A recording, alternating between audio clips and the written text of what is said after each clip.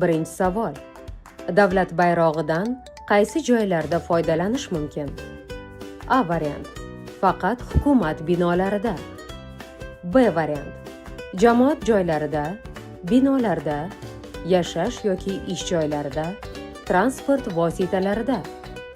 C variant. Faqat maktab va universitetlarda. Ikkinchi savol.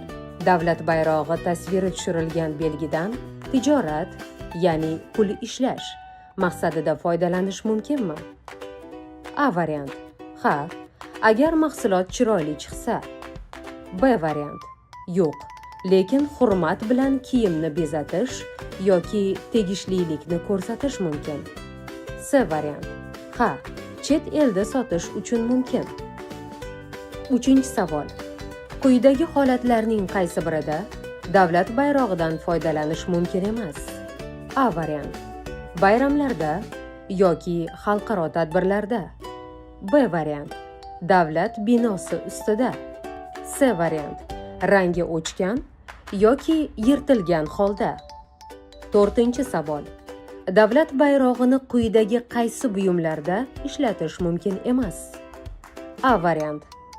Sochiq, poyabzal, dastro'mol yoki qutilarda. B variant. Davlat tantanalarida. C variant. Xalqaro sport musobaqalarida.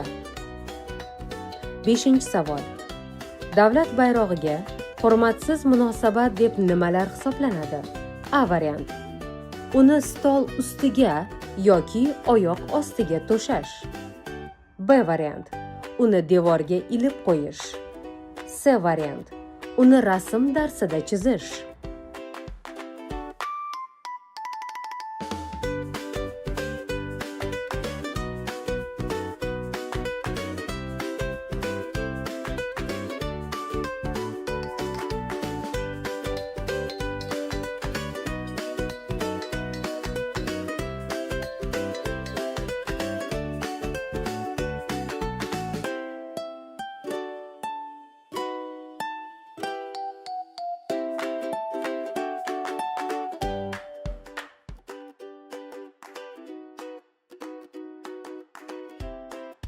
Davlat bayrog'idan qaysi joylarda foydalanish mumkin?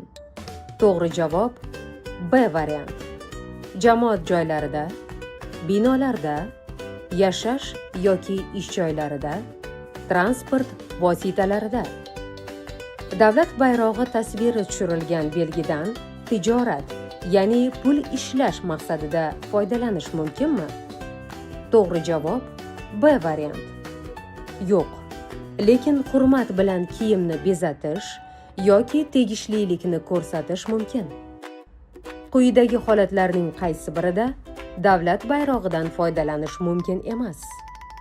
To'g'ri javob C variant. Rangi o'chgan yoki yirtilgan holda. Davlat bayrog'ini quyidagi qaysi buyumlarda ishlatish mumkin emas? To'g'ri javob A variant. Sochiq, poyabzal, dastro'mol yoki qutilarda. Davlat bayrog'iga hurmatsiz munosabat deb nimalar hisoblanadi? To'g'ri javob A variant. Uni stol ustiga yoki oyoq ostiga to'shash.